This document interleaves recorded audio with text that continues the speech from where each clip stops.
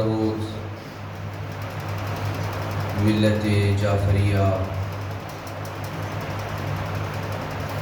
کو ایک بہت بڑے صدمے کا سامنا کرنا پڑا۔ ہمارے انتہائی پیارے ساتھی جامعہ مظہر الایمان کے طالب علم فاضل جامع کوثر محصل حوزہ علمیہ نجف اشرف علامہ سید سفیر سجاد شیرازی صاحب اور ان کے ساتھی مولانا ناصر عباس کلو اور ان کے ڈرائیور ایک المناک حادثے میں ہمیں داغ مبارکت دے کے چلے۔ بہت بڑا نقصان ہے۔ سید سفیر سجاد وہ دو شخص جانتے تھے، ایک عالم، ایک فاضل، ایک ابھرتا ہوا مذہب تشیع کا بے خطیب بے بدل۔ اللہ کی ذات انہیں شہدائے کربلا کے ساتھ محشور فرمائے، ان کے لواحقین کو، اس کے پسماندگان کو صبر جمیل نصیب فرمائے، ان کے لیے اور ان کے ساتھیوں کے لیے اور آپ اپنے مرحومین کے لیے ایک مرتبہ سورہ فاتحہ۔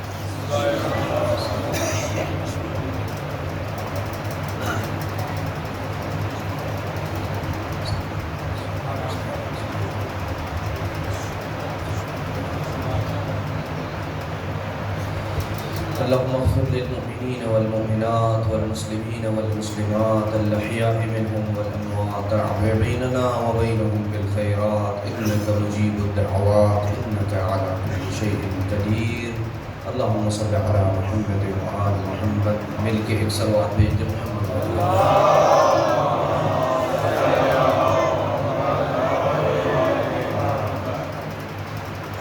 قبل اس کے کہ مجلس کا آغاز کروں اور اپنے موضوع کے اوپر گفتگو شروع کروں۔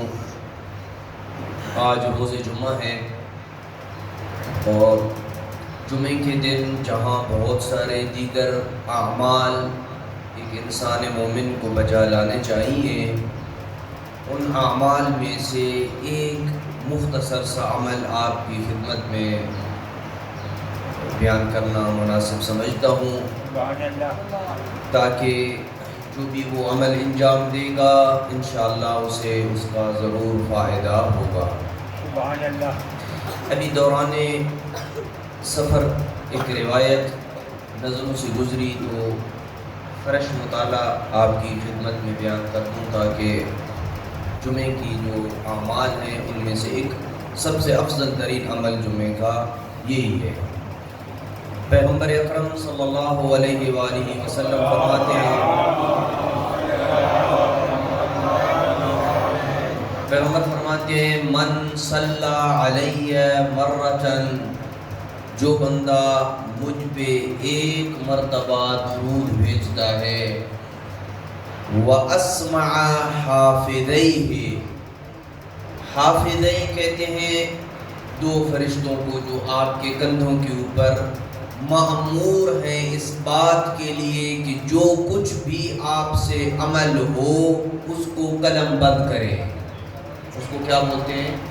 حافظ قرآن مجید کے حافظ نہیں، اس کی بات نہیں کہ یعنی حفظ کرنے والا، قلم بند کرنے والے جو دو فرشتے یہاں پہ بیٹھے ہیں جو ہمیں نظر نہیں آتے ہیں، ان کو سنائے یہ بات، درود بھیجے محمد وآل محمد پہ، اللہم صلی علی محمد وآل محمد، اور پھر ان دو فرشتوں کو یہ درود سنائے، اِلَّا اللَّا يَكْتُبَ عَلَيْهِ ذَنْبَ ثَلَاثَةَ أَيَّامٍ، جو بندہ درود بھیجے محمد وآل محمد کے اوپر اور پھر ان دو فرشتوں کو یہ درود سنا دے، 3 دن تک یہ فرشتے اس کا کوئی گناہ نہیں لکھتے ہیں۔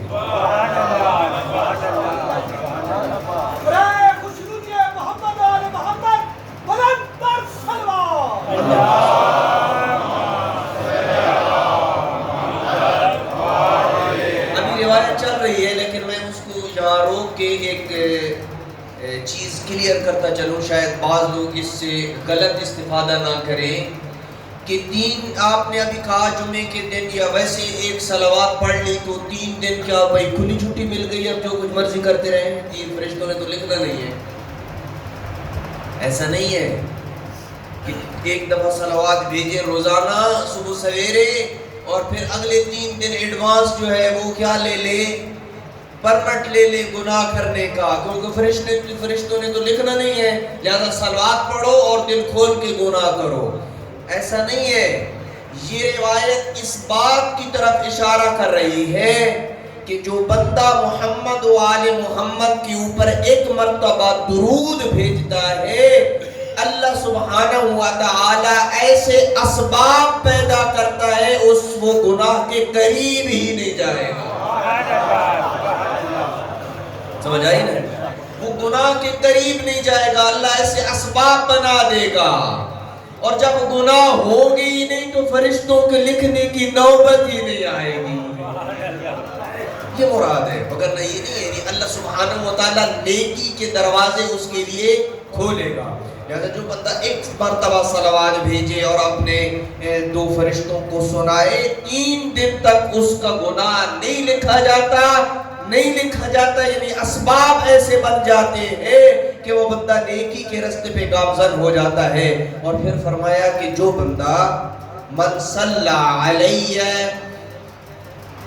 یوم الجمعۃ 100 مرہ، یہ جمعے کی بات ہے، پیغمبر فرمائی اسی روایت میں، پیغمبر فرماتے ہیں جو بندہ جمعے کے دن 100 مرتبہ مجھ پہ درود بھیجے، ایک تسبیح آپ جمعے کو کسی بھی وقت پڑھ لیں، نماز عصر کے بعد زیادہ تاکید ہے اس درود کی پڑھنے کی، 100 مرتبہ جو بندہ جمعے کے دن، یہ 10 منٹ کا 5 منٹ کا کام ہے آپ کا، ایک تسبیح آپ گھما لیں گے، اللہم صلی علی محمد و آل محمد کی 100 دفعہ آپ کا یہ ذکر مکمل ہو جائے گا۔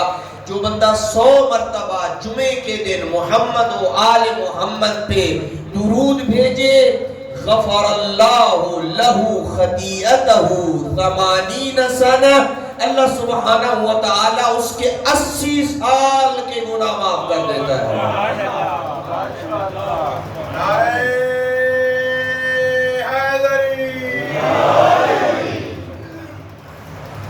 اسی سال کے گناہ بخشوانے کا آسان اور فارمولہ اور نسخہ، جمعے کے دن محمد و آل محمد پہ درود بھیجیں، ایک صلوات بھیجیں محمد و آل محمد۔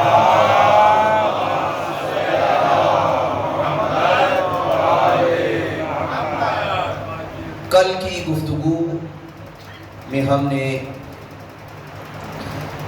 اپنے موضوع کا تعارف کروا دیا تھا کہ اس عشرہ محرم الحرام میں اگر مومنین زحمت نہ کریں تو چونکہ باہر بارش کا ماحول ہے، چھت نہیں ہے، تھوڑا تھوڑا آگے آ جائیں، چونکہ بہت سارے مومنین واش روم کی جگہ پہ بیٹھے ہیں وہاں پہ وضو خانے میں، تاکہ مل کے بیٹھیں گے اور اپنے آپ کے ان بھائیوں کو بھی جگہ مل جائے گی، مزید آنے والے لوگوں کے لیے بھی جگہ بن جائے گی۔ صلوات پڑھتے آئیں محمد و آل محمد کے اوپر اور آگے آ جائیں تاکہ پچھلے لوگوں کو یہ گنجائش مل سکی کہ وہ آئیں آگے۔ صلوات بھیجتے محمد و آل بیت محمد کی ذات کے اوپر۔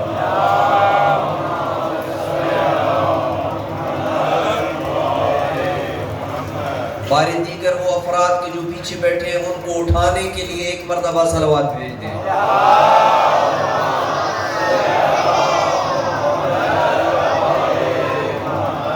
ابھی جن کو صلوات ہلا نہیں سکی ہے ان کے لیے پھر صلوات بھیج دیں۔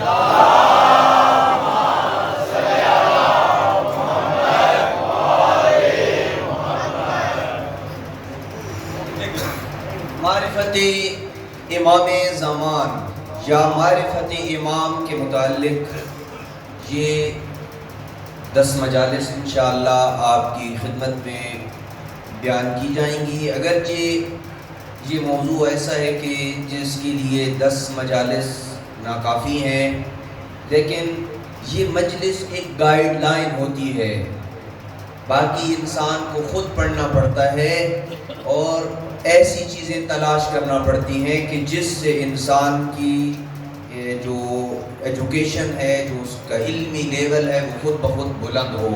مجلس ایک گائیڈ لائن ہوتی ہے، رہنما ہوتی ہے مجلس، جو انسان کو رہنمائی کرتی ہے. لہذا کل سے یعنی گزشتہ کل سے یہ ایک اوپن ڈسکشن کی کلاسیں شروع ہو چکی ہیں. یہ کربلا ایک یونیورسٹی کا نام ہے جہاں پہ آپ درس لینے کے لیے آتے ہیں اس واقعے سے کہ جس واقعے کو بیان کرنے کے لیے ہر سال اللہ مجھے اور آپ کو یہ توفیق دیتا ہے کہ ہم فرش عزا میں بیٹھے غریب کربلا کے غم کو منائیں. لہٰذا یہ کربلا، یہ مجالس ہماری حقیقت میں ایک مدرسے کی مانند ہے، ایک یونیورسٹی ہے. یہاں سے کچھ لے کے انسان کو جانا چاہیے، وگرنہ وہ مجلس کے جس میں انسان کی معلومات میں اضافہ نہ ہو، انسان آئے مجلس سنے اور سیر و سیاحت کی غرض سے واپس چلا جائے کہ میں گیا تھا، ثواب ملے گا آنے کا. بات سمجھ آ رہی ہے؟ ثواب ملے گا، لیکن کیا ثواب پہ ہی اکتفا کرنا ہے یا اپنا علمی لیول بھی بلند کرنا ہے؟ قومیں اس وقت تک ترقی نہیں کرتی جب تک ان کا علمی لیول بلند نہ ہو. جب قوموں میں شعور آ جاتا ہے، علم آ جاتا ہے، تو پھر ان کو یہ کہنے کی ضرورت نہیں پڑتی ہے کہ یہ کر اور وہ نہ کر. یہ شعور انسان کو مجبور کرتا ہے کہ میں نے یہ کرنا ہے اور یہ نہیں کرنا ہے. اس لیے یہ مجالس سید الشہداء شعور بیدار کرنے کے لیے، انسان کے اندر جو ایک اس کا داخلی انسان ہے اس کو بیدار کرنے کے لیے منعقد کی جاتی ہیں. ایک صلوات بھیجیں محمد و آل بیت.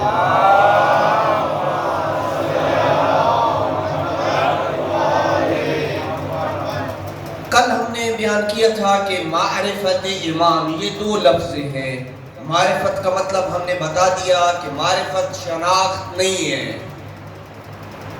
اب آج جس جملے کی ہم نے وضاحت کرنی ہے وہ جملہ یہ ہے کہ معرفت امام میں جو لفظ امام استعمال ہوا ہے، امام مذہب اہل بیت علیہ السلام میں ہم کس کو کہتے ہیں؟ کیا ہر ایک بندہ کہ جو اپنے آپ کو کہے کہ میں امام ہوں، مذہب اہل بیت کے چاہنے والے اس کے پیچھے دوڑ پڑتے ہیں کہ یہ میرا امام ہے؟ نہیں. میں چند جملوں میں امام کا تعارف کرواؤں گا جہاں سے امام کی قدر و منزلت، امام کی فضیلت، امام کا مقام، امام کی تعریف، امام بنانے کا ہدف یہ واضح ہو جائے گا کہ امام کہتے کسے ہیں. میری لفظوں کے اوپر توجہ کیجیے گا، ہر لفظ کا میں ذمہ دار ہوں، روایات کا نچوڑ آپ کی خدمت میں بیان کر رہا ہوں. مذہب اہل بیت میں امام اس کو کہتے ہیں کہ جس کے وجود بابرکت سے کائنات وجود میں آئے اسے امام کہتے ہیں. جس کے وجود بابرکت سے کائنات وجود میں آئے اسے امام کہتے ہیں. اور جس کے نہ ہونے سے، توجہ، جس کے نہ ہونے سے کائنات ساری نست و نابود ہو جائے اسے امام کہتے ہیں. یہی وجہ ہے کہ روایات کہتی ہیں لولا الحجت لساخت الارض باہلہا، اگر حجت خدا زمین سے ایک لمحے کے لیے اٹھ جائے یہ زمین اپنے باسیوں سمیت اندر دھس جائے گی، غرق ہو جائے گی. ہاں جی، یہاں سے یہ چیز بھی ہمیں واضح ہونی چاہیے کہ جب حجت اٹھ جاتی ہے تو زمین کیا جاتی ہے؟ غرق ہو جاتی ہے، دھس جاتی ہے، لوگ مر مٹ جاتے ہیں. تو آپ کہیں گے کہ مولانا پھر امام زمان عجل اللہ فرجہ الشریف تو غائب ہے، پھر زمین کیوں نہیں دھسی ہے؟ غائب ہونا یہ الگ چیز ہے، موجود نہ ہونا یہ الگ چیز ہے. توجہ ہے یا نہیں؟ امام علیہ السلام غائب ہیں لیکن اس کا معنی یہ نہیں ہے کہ وہ نہیں ہیں. پتہ نہیں آپ نے توجہ کی یہ نہیں میرے. غائب ہونا یہ الگ چیز ہے، موجود ہونا یہ الگ چیز ہے. اچھا پتہ نہیں میں نے کسی مجلس میں اس جملے کی طرف اشارہ کیا تھا یا نہیں، اگر نہیں کیا تو جدید ہو جائے گا، اور اگر یہ اشارہ کیا ہے تو یہ تکرار ہو جائے گا۔ امام علیہ السلام کے غائب ہونے کا کیا مطلب ہے؟ یعنی امام علیہ السلام کو ہم نہیں دیکھتے ہیں، نظروں سے غائب ہونے کا مطلب یہ ہے کہ ہم امام علیہ السلام کو نہیں دیکھتے ہیں، ہماری نظروں سے اوجھل ہے۔ پھر کہاں ہے وہ؟ کیا کسی جزیرے میں ہے، جزیرے خضرا جس کے اوپر کتابیں لکھی گئی ہیں؟ کسی جنگل میں ہے، کسی صحرا میں ہے، کسی غار میں روح پوش ہے، پہاڑوں کے اندر ہے؟ کیا مطلب ہے امام علیہ السلام کے غائب ہونے کا؟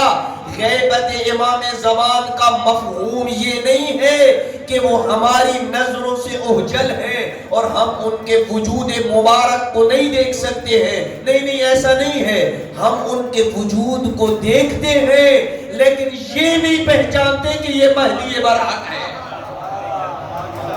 توجہ ہے یا نہیں ہے؟ مہدی برحق کی غیبت کو سمجھیے، یہی معرفت امام زمان ہے کہ کتنا عرصہ ہو گیا، 255 ہجری میں امام کی ولادت ہوئی اور اب کتنا ہے؟ 1445 سے 255 میں رہا کریں تو کتنے سال بنتے ہیں؟ ریاضی میں کمزور ہوں، آپ خود جو ہے وہ مائنس کر لیجئے گا۔ شاہ صاحب کہہ رہے ہیں 1190۔ ابھی آپ اندازہ لگائیں کہ 1190 سال گزرنے کے بعد ہمیں آج تک یہ نہیں پتا چلا کہ امام زمانہ کی غیبت کا مطلب کیا ہے۔ اس سے بڑھ کے کوئی مظلومیت اس امام کی ہو سکتی ہے؟ باقی معرفت کے مقامات تو دور کی بات ہے، بھئی امام علیہ السلام کے غائب ہونے کا مطلب یہ ہرگز نہیں ہے کہ امام کسی ایسی جگہ پہ ہیں کہ ہم ان کو دیکھ نہیں سکتے ہیں۔ یہ امام نہیں ہوتا ہے جو اپنے شیعوں کے دکھوں اور دردوں میں شریک نہ ہو۔ وہ آتے ہیں، تمہارے جنازوں میں آتے ہیں۔ امام موسیٰ کاظم علیہ السلام کی روایت ہے کہ لا بد من حضور الامام فی جنائزکم، تمہارے جنازوں میں امام کا حاضر ہونا ضروری ہے۔ جب کوئی شیعہ محب موالی اہل بیت دنیا سے رخصت ہوتا ہے، امام آتے ہیں، نماز جنازہ میں شرکت کرتے ہیں۔ روایات ہیں یحضر کل موسم، ہر موسم حج پہ امام زمان عجل اللہ فرجہ جو شریف حاضر ہوتے ہیں۔ عرفات کے میدان میں جہاں آپ دعائے عرفہ بیٹھ کے پڑھتے ہیں، وہاں یوسف زہرا بھی دعائے عرفہ پڑھ رہے ہوتے ہیں۔ لیکن کیا ہے کہ میں نہیں پہچانتا ہوں کہ یہ امام حسن عسکری کے فرزند اور بار میں آقا ہے۔ یہی وجہ ہے کہ اب جملہ کہنے لگا ہوں اس کے بعد کہ امام علیہ السلام کا وجود غائب نہیں ہے، عنوان غائب ہے۔ توجہ ہے؟ عنوان غائب ہونے سے کیا مراد ہے؟ یعنی ہم یہ نہیں جانتے کہ یہ 12ویں امام حسن عسکری علیہ السلام کے فرزند مہدی برحق ہے، یہ ہم نہیں جانتے ہیں۔ وگرنہ وہ ہماری خوشیوں میں آتے ہیں اگر خوشیاں اس قابل ہیں تو، وگرنہ ہماری وہ مجالس میں آتے ہیں۔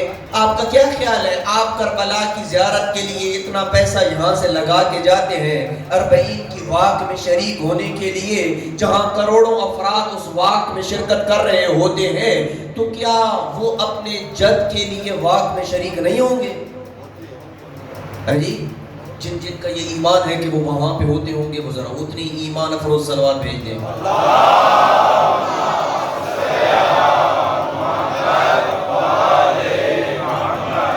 بس وہ ہوتے ہیں، زیارت کے لیے آتے ہیں، حج پہ آتے ہیں، اپنے شیعوں کے غم کا مداوا کرنے کے لیے ان کے جنازوں میں حاضر ہوتے ہیں، لیکن ہم دیکھ نہیں پاتے۔ اور یہی وجہ ہے کہ جب امام علیہ السلام کا ظہور ہوگا تو بندہ کہے گا اس بندے کو تو میں نے فلاں جگہ پہ دیکھا تھا، یہی میرے امام ہے۔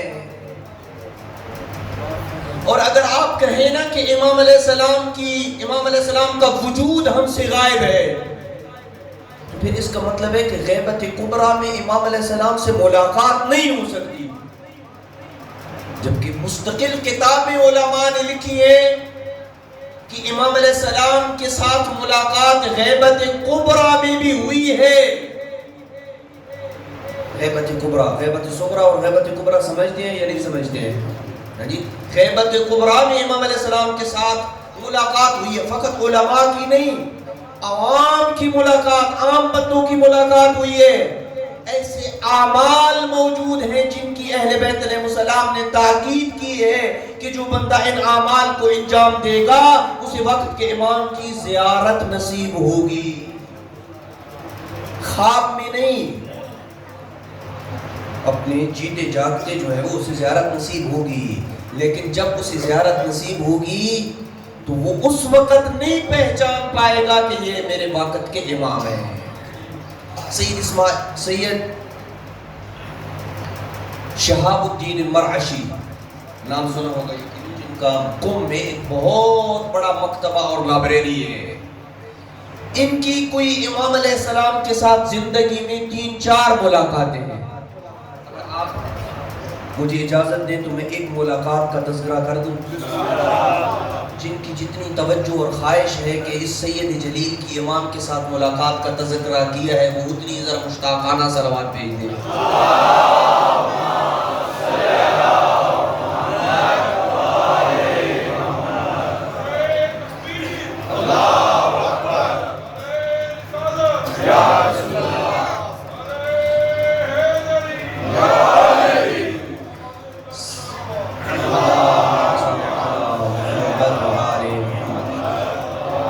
سید شہاب الدین مرعشی جب نجف میں تعلیم حاصل کر رہے تھے تو آپ کو پتہ ہے کہ کوفہ میں ایک مسجد ہے جسے مسجد سہلہ کہا جاتا ہے۔ آپ نے بھی یقیناً جب گئے ہوں گے زیارات پہ تو زیارت کی ہوگی۔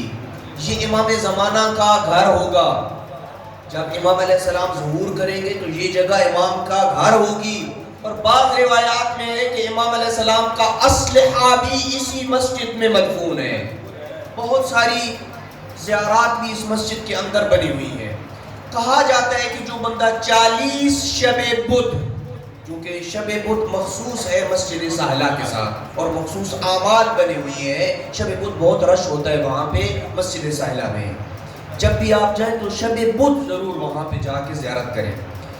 اس سید بزرگوار نے 40 شب بدھ مسجد سہلہ کی زیارت کا قصد کیا، اس نیت کے ساتھ کہ شاید مجھے امام کی زیارت نصیب ہو جائے۔ 36واں بدھ تھا، بارش کا موسم تھا، جیسے آج کل بارش کا موسم بنا ہوا ہے۔ سید بزرگوار نے مغربین اور عشاء کی نماز ادا کی، کھانا کھایا اور اس کے بعد پیدل چل پڑے نجف سے کوفہ اور مسجد سہلہ کی طرف۔ کہتے ہیں کہ میں اندھیری رات تھی، اکیلے چل رہا تھا، میں ایک گڑھے سے گزرا، رستہ تو کوئی خاص بنا ہوا نہیں تھا، جو ہی میں ایک گڑھے سے گزرا، اندھیرا بالکل بہت زیادہ گھٹا توپ اندھیرا تھا، جو ہی میں گڑھے میں اترا اور اوپر چڑھ رہا تھا کہ پیچھے سے مجھے کسی نے آواز دی، سید مرعشی رک جا، اگٹھے چلتے ہیں۔ کہا میں متوجہ نہیں ہوا کہ اس اندھیری رات میں اس سے کیسے، ویسے دن کے وقت تو سید نے سیاہ امامہ پہنا ہوتا ہے، بندہ پہچان لیتا ہے کہ یہ سید ہے، ابا قبا میں وہ تھے، لیکن اندھیری رات میں کیسے کسی نے پہچان لیا کہ میں سید بھی ہوں اور امامہ بھی میں نے سیاہ پہنا ہوا ہے؟ خیر میں متوجہ نہیں ہوا، میں نے اس کو خاطر میں نہ لایا اور انتظار کیا۔ وہ شخصیت جب آئی ہم اکٹھے چل پڑے۔ ابھی مسجد سہلہ کے ساتھ 2 چھوٹی چھوٹی اور مسجدیں ہیں جہاں پہ آپ لوگ نہیں جاتے ہیں، سعصع بن سوہان اور زید بن سوہان۔ مسجد آمنے سامنے بالکل قریب قریب ہے مسجد سہلہ کے۔ ان میں سے کسی ایک مسجد میں، اب اس کا صحیح نام مجھے یاد نہیں آ رہا، یا زید بن سوہان ہے یا سعصع بن سوہان ہے، اس شخصیت نے سید مرعشی کو کہا کہ سہلہ جانے کے لیے ابھی بڑا وقت پڑا ہے، پہلے ذرا مسجد زید بن سوہان یا سعصع بن سوہان میں کچھ اعمال کر لے، پھر اس کے بعد سہلہ کی طرف چلے جاتے ہیں۔ اس بندے کی کلام میں اتنی تاثیر تھی کہ میں کوئی رد نہیں کر سکا اور ہم اکٹھے چل پڑے۔ جب مسجد زید بن سوہان کے اندر ہم داخل ہوئے تو میں ایک کونے میں بیٹھ کے مناجات کرنے لگ گیا، وہ دوسرے کونے میں مناجات کرنے لگے۔ جب اس نے مناجات شروع کی نا، مسجد کی در و دیوار سے مناجات کی آواز آتی تھی۔ مسجد کے در و دیوار سے مناجات کی آواز آتی تھی، میں پھر بھی متوجہ نہیں ہوا۔ انہوں نے اپنی عبادات مکمل کی۔ عبادت مکمل کرنے کے بعد میرے قریب آ کے بیٹھے، ایک تھیلا نکالا اور ایک تھیلے کے اندر ایک رومال تھا، اس رومال کے اندر ایک روٹی تھی اور کھیرے تھے، بالکل تازہ اور فریش کھیرے تھے۔ انہوں نے باہر نکالے اور کہا کہ سید مرعشی میرے ساتھ مل کے یہ کھانا مختصر سا ہے، تناول کیجئے۔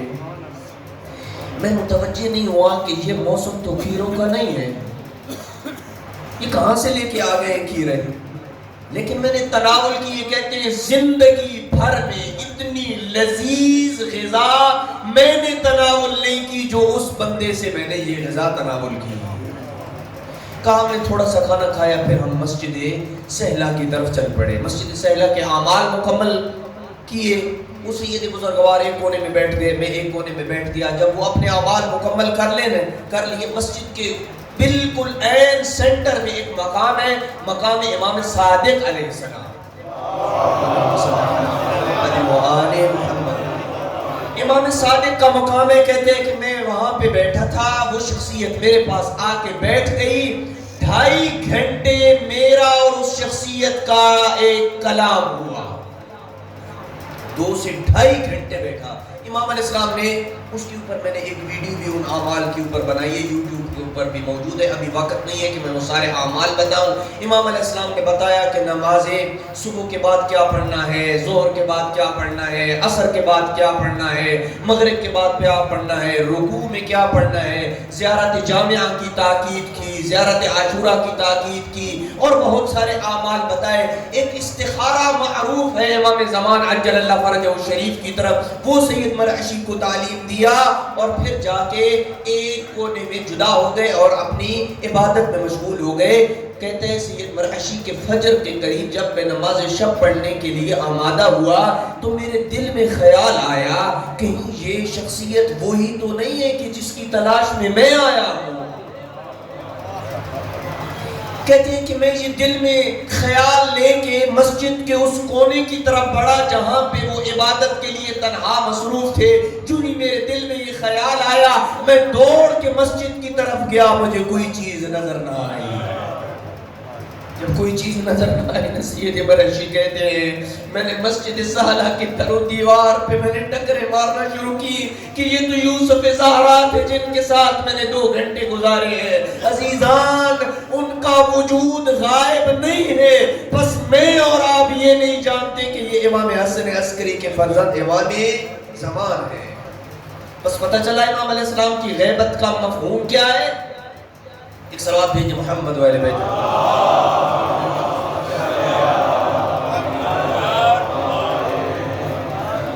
امام زمان عجل اللہ فرجہ شریف کے متعلق بھی ہم گفتگو کریں گے، لیکن ہماری گفتگو کا موضوع امام زمان سے وسیع ہے۔ معرفت امام کے متعلق ہم گفتگو کر رہے ہیں، چاہے وہ وقت کا امام ہو یا دیگر امام ہو۔ بس امام اسے کہا جاتا ہے کہ جس کے نہ ہونے سے کائنات کا نظام درہم برہم ہو جائے، اسے امام کہتے ہیں۔ لفظوں کا ذمہ دار ہوں۔ امام مذہب اہل بیت میں اسے کہا جاتا ہے جس کے کن کہنے سے پہلے وہ چیز فیکون کا لباس پہن لے، اسے امام بولتے ہیں۔ جی کن، یہ کن کہنا تو ایک عام مومن کے جو مستحبات کے اوپر عمل کرتا ہے وہ اس مرتبے کے اوپر پہنچ جاتا ہے کہ جب وہ کن کہتا ہے تو وہ چیز فیکون ہو جاتی ہے۔ یہ امام کو یہ لفظیں کہنے کی بھی ضرورت نہیں پڑتی ہے۔ یہی وجہ ہے کہ جب کسی بندے نے امیر المومنین سے پوچھا تھا مولا آپ میں اور یعنی امیر المومنین میں اور مومن میں کیا فرق ہے، ذرا آپ کی خاموشی کو توڑنے کے لیے جملہ کہہ رہا ہوں کہ مومن اور امیر المومنین میں کیا فرق ہے، تو کہا مومن اسے کہا جاتا ہے جو کسی دیوار کی طرف اشارہ کرے تو وہ سونے کی بن جاتی ہے۔ ابھی امیر المومنین نے اشارہ کیا ہی تھا، حکم نہیں دیا تھا، وہ دیوار سونے کی بن گئی۔ سائل نے کہا مولا آپ نے اسے حکم تو نہیں دیا کہ وہ سونے کی بن جائے۔ کہا یہی فرق ہے مومن میں امیر المومنین میں، مومن کو کہنے کی ضرورت پڑتی ہے، علی کو کہنے کی ضرورت نہیں پڑتی ہے۔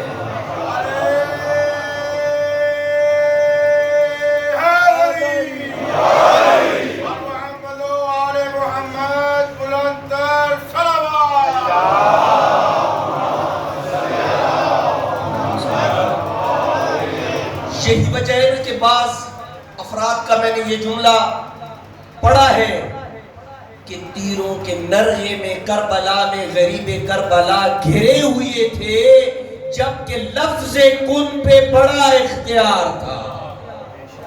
لفظ کن پہ بہت اختیار رکھتے تھے. ملائکہ مدد کے لیے آئے، انبیاء مدد کے لیے آئے. امام محمد باقر کی روایت ہے، کہا مدد نہیں کروں گا، مدد نہیں لوں گا.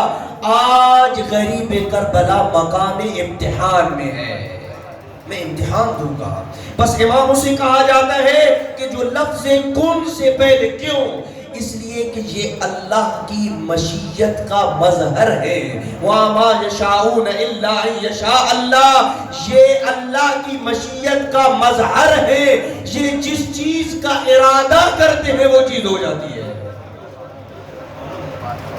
اور امام کس کو کہتے ہیں؟ اگلا جملہ کہنے لگا ہوں، شاید کوئی بندہ اس میں مجھے کہے کہ یہ مبالغہ ہے، لیکن میں اپنی بات کی تائید کے اوپر روایت پڑھوں گا. اور ضروری نہیں ہوتا ہے کہ جو ہر بات ممبر کے اوپر جو ہے وہ ذاکرین کرتے ہیں وہ غلط ہی ہو. بہت ساری باتیں ٹھیک بھی ہوتی ہیں، ویسے چھڑی ان کی مخالفت نہ کر دیا کریں. ٹھیک ہے، میں آپ کو اس کی ایک مثال دوں. میں ایک جگہ بیٹھا تھا، قبل اس کے کہ میں یہ جملہ کہوں، میں ایک جگہ بیٹھا تھا، بہت سارے کچھ پڑھے لکھے افراد بیٹھے تھے. انہوں نے کہا اس آیت کے متعلق، انما توجہ کیجئے گا، انما ولیکم اللہ ورسولہ والذین آمنوا الذین یقیمون الصلاۃ. کہا فلاں نے اس آیت کے ذیل میں یہ پڑھا کہ جس معنی میں اللہ ولی ہے، علی بھی اسی معنی میں ولی ہے، یہ شرک ہے. آپ کیا کہتے ہیں؟ جی خاموش ہو گئے. جو پریشان نہیں ہوئے ذرا بلند آواز سلوات.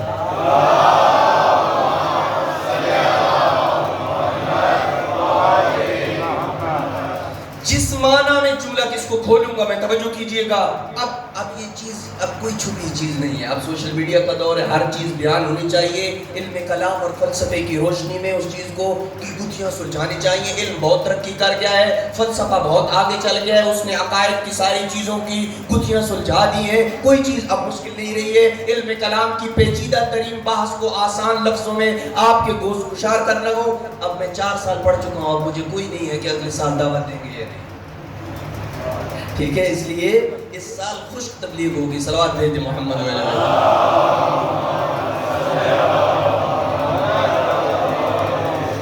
تو انہوں نے کہا یہ تو کھلا شرک ہے. جس معنی میں اللہ ولی ہے اس معنی میں علی کیسے ولی ہو سکتے ہیں؟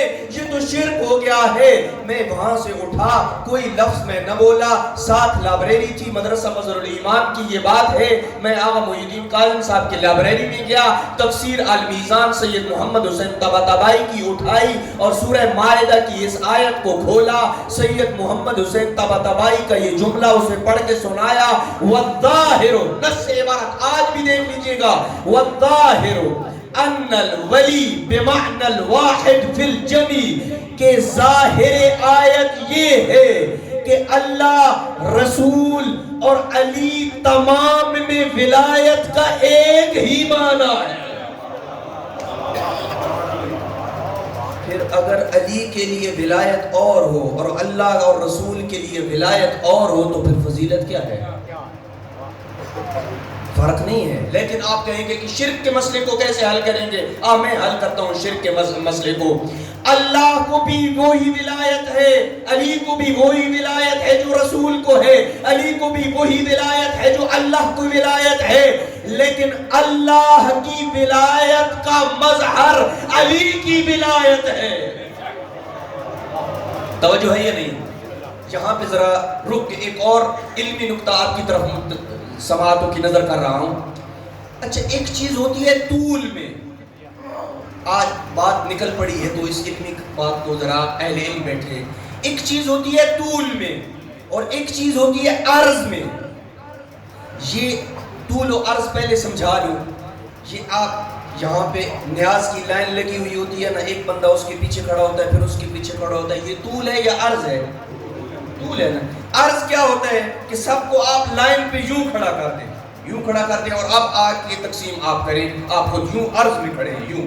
اگر یوں کھڑے ہوں تو یہ طول ہوگا، اگر یوں کھڑے ہوں تو یہ کیا ہوگا؟ عرض ہوگا. طول و عرض سمجھ آ گئے یا نہیں؟ یہ علی کی ولایت، اللہ کی ولایت کی طول میں ہے یا عرض میں ہے؟ شاہ صاحب کہتے ہیں طول میں. اور جی طول میں. عرض. اگر آپ کہتے ہیں کہ اللہ کی ولایت، علی کی ولایت اللہ کی ولایت کے عرض میں ہے، اس کا مطلب ہے کہ علی کی ولایت اللہ کی ولایت کے مقابلے میں ہے. برابر ہے نا دونوں؟ ایسے ہو سکتے ہیں؟ نہیں ہو سکتا ہے. ہاں جی یہ عرض میں آ گئی. اگر آپ کہتے ہیں کہ طول میں ہے، سمجھیے گا اس جملے کو، اگر آپ کہتے ہیں طول میں ہے، اس کا مطلب ہے کہ جب پہلے بندے کی باری نیاز کی ختم ہوگی تو دوسرے کی شروع ہوگی. اس کا مطلب یہ ہوگا کہ یہاں پہ اللہ کی ولایت کا اینڈ ہے، علی کی ولایت کا آغاز ہے. اللہ کی ولایت کا اینڈ نہیں ہے کہ آپ کہیں کہ طول میں ہے. طول تب ہوتا ہے جب ایک ختم ہوتا ہے دوسری کی باری تب آتی ہے، طول تب بنتا ہے. بس کہنے دیجئے علی کی ولایت اللہ کی ولایت کے نہ طول میں ہے نہ عرض میں ہے، بلکہ علی کی ولایت اللہ کی ولایت کا مظہر ہے. کیا مطلب مظہر ہے؟ یعنی ان کی ولایت کو دیکھ کے پتہ چلتا ہے ان کا ولی اللہ ہے. اور یہی عین توحید ہے، یہی عین توحید ہے. یہ آپ کے کسی مذہب کے عقیدے کے ساتھ، مذہب تشیع کے عقیدے کے ساتھ نہیں ٹکراتا ہے. جب آپ علی ابن ابی طالب کی ولایت، اختیار، مقام علم، مقام عصمت، ان چیزوں کو دیکھتے ہیں، جب علی کے سجدوں کو دیکھتے ہیں، تم اس بات پہ پہنچ جاتا ہے اس رب کی کتنی عظمت ہوگی کہ اتنا صاحب اختیار علی اس کے لیے جھک رہا ہے. یہی مقصد ہے. وگرنہ اہل بیت علیہ السلام کے فضائل پڑھنے کا مقصد کیا ہے؟ ہاں جی اچھا ہم اہل بیت کے فضائل کیوں پڑھتے ہیں؟ نعرے لگانے کے لیے پڑھتے ہیں. اہل بیت کے فضائل اس لیے پڑھے جاتے ہیں تاکہ ہمیں یہ پتہ چلے کہ جن فضیلتوں کے یہ مالک ہیں وہ فضیلتیں عطا کرنے والا کتنا عظیم ہوگا. ایک صلوات بھیجیں محمد و اہل بیت محمد.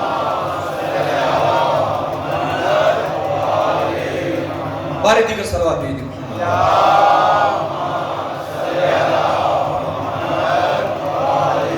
تو بس امام کا تعارف کروا رہا تھا. بات علمی نقطے کی طرف ہو گئی. جی کسی کو بات سمجھ نہ آئی ہو تو وہ آگے نقل نہ کرے، جس کو بات سمجھ آئی ہو وہ فقط آگے نقل کرے، اور جس کو سمجھ نہیں آئی بعد میں آ کے پوچھ سکتا ہے.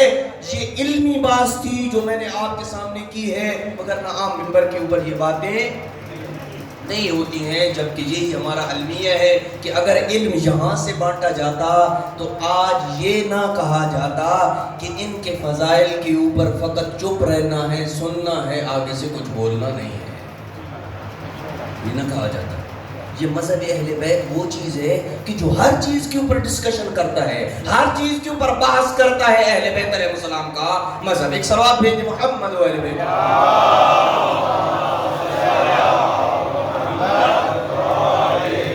تو بس میں نے یہ ساری گفتگو تمہید باندھی ہے ایک جملے کے لیے اور اپنی سیفٹی کے لیے، تاکہ کوئی مجھ پہ فتویٰ نہ لگائے. امام کے تعارف کے لیے یہ جملہ کہہ رہا ہوں کہ امام اس کو کہا جاتا ہے کہ توحید کی توجہ، توحید کی عظمت کو بڑھانے کے لیے رسول جس کے فضائل چھپائے اسے علی ابن ابی طالب کہتے ہیں. پریشان ہو گئے؟ پریشان نہیں ہونا، اس کی اوپر روایت ہے. امیر المومنین کے متعلق پیغمبر اسلام نے فرمایا لولا اخاف فیک ما اخاف ما قالت النصارى فی عیسیٰ.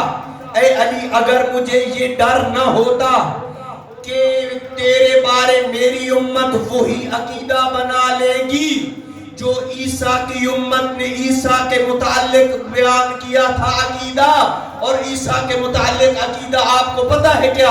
اگر یہ مجھے ڈر نہ ہوتا لَقُلْتُ فِيكَ مَقَالَةً، میں تیرے فضائل کا ایسا قصیدہ پڑھتا، لَا تَمُرُّ بِمَلَئٍ، تو کسی قوم کے قریب سے نہ گزرتا، إِلَّا أَخَذُ التُّرَابَ مِنْ قَدَمَيْكَ، وہاں کے پاسی تیرے قدموں کی مٹی کو اٹھا کے اپنی آنکھوں کا سرما بنا دے۔ مجھے یہ ڈر ہے کہ اللہ کی توحید کے متعلق عقیدہ لوگوں کا خراب ہو جائے گا، وگرنہ علی ابن ابی طالب کے فضائل جو آپ تک اور مجھ تک پہنچے ہیں، یہ علی ابن ابی طالب کے فضائل کا عشر عشیر بھی ہم تک نہیں پہنچا ہے۔ اور یہی وجہ ہے کہ امام شیخ سند نے اپنی کتاب میں لکھا ہے کہ امام محمد باقر کا ایک صاحب سر،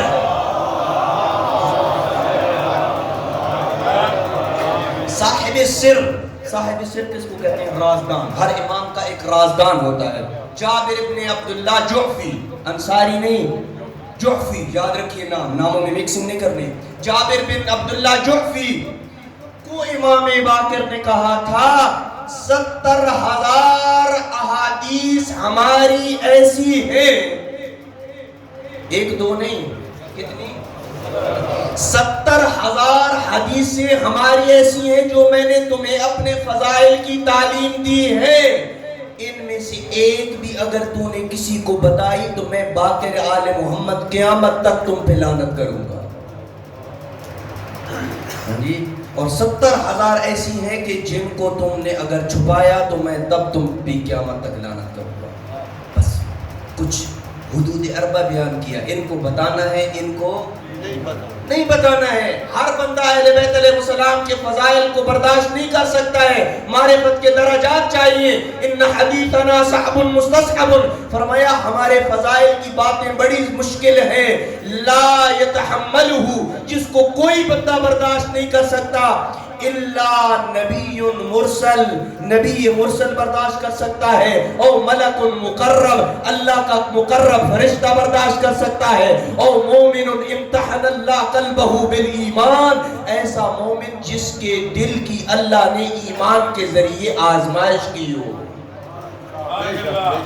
وگرنہ تو بہت سارے کیوں لوگ ایسے ہیں جو صوفی وغیرہ یا دیگر وہ لوگ کہ جن کو اہل بیت علیہ السلام کے ایسے فضائل سنتے ہیں تو وہ غلو کی طرف چلے جاتے ہیں کہ یہ غالی ہو گئے۔ بس عقیدے کو درمیان میں مینٹین رکھنا اور اس کو نہ اوپر لے کے جانا اور نہ لے کے جانا، یہ بڑی مشکل بات ہے۔ جب کوئی بندہ امیر المومنین کے ان اختیارات کو دیکھتا ہے کہ جو کام اللہ کر سکتا ہے تو ہم سمجھتے ہیں کہ یہ کام تو اللہ جب کر رہا ہے تو یہ بھی کیا ہوئی ہے؟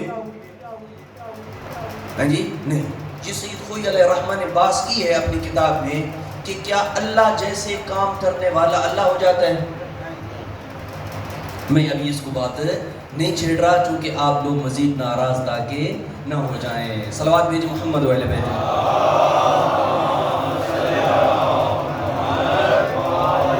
بس دو چار جملے امام علیہ السلام کی تعریف کے اوپر جو میں نے مزید کہنے ہیں اور پھر مصیبت کی طرف آؤں گا، وقت بہت ہو گیا۔ امام اس کو کہا جاتا ہے جس کی ولایت اللہ کی ولایت جیسی ہو، امام اس کو کہا جاتا ہے جس کی محبت کو رسول اسلام ایمان کا حصہ قرار دے۔ یا علی لا یحبک الا مؤمن، اے علی تجھ سے محبت وہی کرے گا جس کی گھٹی میں ماں نے اسے ایمان کی دولت دی ہو۔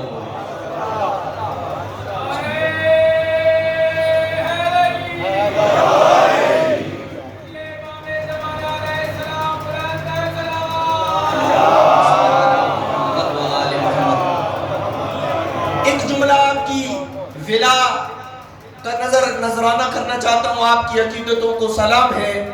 کائنات پوری میں مجھے تو ایسا کوئی نہیں ملا، حضرت آدم سے لے کے کائنات کے آخری بشر تک کوئی بندہ ایسا ہے اللہ کے نیلے آسمان کے نیچے اور زمین کے اوپر جس کی محبت کو اللہ نے ایمان کا حصہ قرار دیا، ایمان کی علامت قرار دی ہو۔ اگر پہچاننا ہو کہ یہ بندہ مومن ہے یا منافق ہے تو کیا طریقہ کار ہے؟ خود اصحاب نے بتایا کننا نعرف المنافقین ببغض علی بن ابی طالب. پیغمبر کے زمانے میں جب ہمیں کبھی مشکل پیش آ جاتی اور یہ پہچاننے میں مشکل ہو رہی ہوتی کہ یہ بندہ مومن ہے یا یہ بندہ منافق ہے تو ہم علی بن ابی طالب کا نام لے لیتے، چہرہ کھل جاتا، سمجھ جاتے مومن ہے، چہرے پہ بال پڑ جاتے، سمجھتے پکا منافق ہے.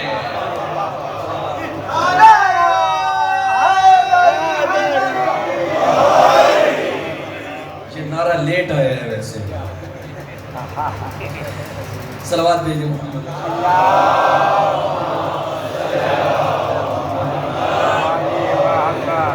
سب سے آسان کام پتہ ہے کیا ہے؟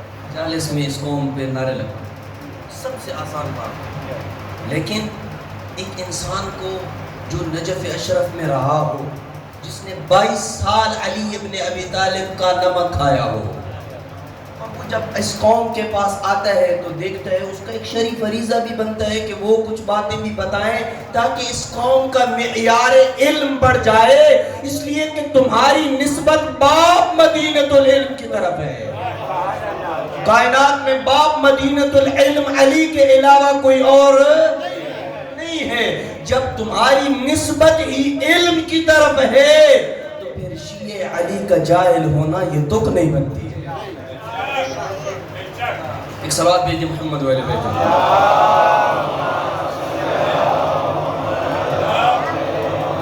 بس عزیزات، امام کے تعارف کو یہیں پہ روک رہا ہوں جہاں پہ گفتگو روکی ہے، کل یہیں سے آگے شروع کروں گا. اگر امام کی معرفت ہوتی، اگر پتہ ہوتا کہ امام کسے کہتے ہیں، جو امام کے اختیارات بتائے ہیں، اگر یہ پتہ ہوتا نا تو واقعہ کربلا رونما نہ ہوتا. واقعہ کربلا جو رونما ہوا ہے وہ شناخت امام، معرفت امام نہیں تھی. اگر معرفت امام ہوتی تو واقعہ کربلا رونما نہیں ہونا تھا. یہ تھوڑی بہت جو میں نے امام کی تعریف کی ہے یہ امام علیہ السلام کے مقامات کے ساتھ تعلق رکھتی ہے. عزیزان، وطن کو چھوڑنا بڑا مشکل ہوتا ہے. پیغمبر اکرم صلی اللہ علیہ وآلہ وسلم نے جب مکہ سے مدینہ کی طرف ہجرت کی تھی نا، جب بھی کوئی بندہ مکہ سے مدینہ آتا تھا نا، پیغمبر پوچھتے تھے مجھے بتاؤ مکہ کا وہ درخت ابھی تک موجود ہے یا کسی نے کاٹ دیا ہے؟ فلاں در و دیوار گرا دیے گئے ہیں یا موجود ہیں؟ اتنی محبت تھی. کہا اگر میں مجبور نہ ہوتا میں کبھی مکہ کی زمین کو ترک نہ کرتا. اتنا جس جگہ پہ انسان کی ولادت ہوتی ہے نا، بے شک آپ باہر شفٹ ہو جائیں لیکن آپ کا دل، آپ کی دھڑکنیں، آپ کی محبتیں اس جگہ کے ساتھ وابستہ رہتی ہیں. آنا ذرا اپنے سینے پہ ہاتھ رکھ، تجھے اور مجھے اپنا وطن عزیز ہے، غریب کربلا کو اپنا وطن عزیز نہیں تھا. اجرکم اللہ. وہ نانا کا شہر جہاں پہ غریب کربلا اپنے نانا کے دوش پہ سوار ہو کے مدینہ کی گلیوں میں سیر کیا کرتے تھے، وہ نانا کا وطن غریب کربلا کو پیارا نہ تھا؟ وہ نانا کا شہر، وہ جگہ جہاں پہ ماں زہرا نے چکیاں پیس پیس کے علی کو پالا تھا، حسین کو پالا تھا، وہ کتنا عزیز تھا. غریب کربلا کو وطن چھوڑنا، لیکن دین مبین کی نصرت کے لیے اور دین کے تحفظ کے لیے فرزند رسول کو یہ قدم بھی اٹھانا پڑا. آ گئے نانا کی قبر پہ، نانا کی قبر کو الوداع کیا. روتے روتے دیر تک نانا کی قبر پہ آنکھ لگ گئی. خواب میں دیکھا رسول اسلام کے بال کھلے ہوئے ہیں، گریہ کر رہے ہیں. غریب کربلا نے اپنی باہیں نانا کی گردن میں ڈالی، کہا نانا اس قبر کو کہہ دیجئے کہ یہ کھل جائے، میں زندہ تیرے پاس. اللہ تیاری کرنا، الوداع مدینہ کا پڑھنے لگا ہوں. اس قبر کو کہیے کہ کھل جائے میں زندہ آنا چاہتا ہوں. کہا نہیں میرے بیٹے ہو میرے لخت جگر, جب تک تو کربلا میں جام شہادت نوش نہیں کرے گا جنت میں تجھے وہ مرتبہ نہیں ملے گا. میں کہوں گا دوسرے لفظوں میں پیغمبر کہہ رہے تھے اے میرے لخت جگر, جب تک تیرے اکبر کے سینے پہ برچھی نہیں لگے گی, جب تک اصغر کے گلے پہ تیر نہیں لگے گا, وہ جب تک قاسم کا لاشا پامال نہیں ہوگا, وہ جب تک تیری گردن پہ تیرا ضربے نہیں چلے گی, وہ جب تک خیمے نہیں لٹیں گے, جب تک میری بیٹی زینب پابند رسل نہیں ہو. اجرکم اللہ, اس وقت تمہیں وہ مقام نہیں مل سکتا. بڑی مشکل سے نانا کی قبر کو الوداع کیا. الوداع کرنے کے بعد بھائی حسن مجتبیٰ کی قبر پہ آئے, الوداع کیا. اب معاف کیجئے گا جو سادات بیٹھے ہیں ان کے لیے جملہ کہہ رہا ہوں. وحدہ لا شریک کی عزت کی قسم مورخین نے لکھا جب نانا کی قبر کی طرف آ رہے تھے نا, ایسے لگتا تھا جیسے کوئی عظمت کا پہاڑ چل رہا ہو, بڑے سکینہ اور وقار کے ساتھ چل رہے تھے. جب بھائی کی قبر کی طرف بڑھ رہے تھے نا, ایسے لگتا تھا کوئی بہت بڑا بادشاہ آ رہا ہے. لیکن وحدہ لا شریک کی عزت کی قسم یہی حسین جب ماں کی قبر کی طرف بڑھا نا, ایسے لگتا ہے جیسے چھوٹا بچہ ماں کو الوداع کرنے کے لیے جاتا ہے. غریب کربلا دوڑے ماں کی قبر پہ, دوڑ کے آئے, ماں کی قبر کو اپنی باہوں میں لیا, کہا اماں پردیسی بیٹے کا سلام. اجرکم اللہ. آزادارہ نے مظلوم کربلا, مظلوم کربلا, میرا دل کہتا ہے حسین نے کہا ہوگا اماں تیرا وقت آخر تھا, تو نے کفن پہنا ہوا تھا, میں نے تجھے اس وقت بلایا تھا, تیرے بندے کفن ٹوٹ گئے تھے, تو نے مجھے بازو کھول کے اندر بلایا تھا. اماں میں وہی حسین ہوں, آج پھر تجھے بلاتا ہوں, مجھے آواز دو. حسین کا ایک سلام تھا. دمعت الثاقبہ والا لکھتا ہے بی بی نے 3 جواب دیے. بس ان 3 جوابوں کے اوپر میرا سلام میری مجلس ختم ہو گئی. جو غریب نے سلام کیا نا, پہلا جو جواب قبر سے آیا, السلام علیکہ یا عطشان الام, او ماں کے پیاسے بیٹے حسین میرا سلام قبول کیجئے. دوسرا جواب السلام علیکہ یا غریب الام, او ماں کے پردیسی بیٹے حسین دعا کیا کرے کوئی پردیس میں نہ مارا جائے. غریب کربلا پردیس میں مارا گیا. اور تیسرا جملہ رونے کے لیے کافی ہے, کہا السلام علیکہ یا سحقان الام, اے غریب کربلا اس منظر کو یاد کرنا جب تیرا لاشا زمین کربلا پہ پڑا ہوگا. مشرق کے گھوڑے مغرب کو دوڑیں گے, مغرب کے گھوڑے مشرق کو دوڑیں گے. رسو صدرہ زہرا, سینے کی ہڈیاں پشت کی ہڈیوں کے ساتھ مل گئی, وہ جیسے چکی میں دانے پستے ہیں. غریب کربلا کا لاشا زمین کربلا پہ گھوڑوں کی ٹانگوں تلے پس گیا. انا للہ و انا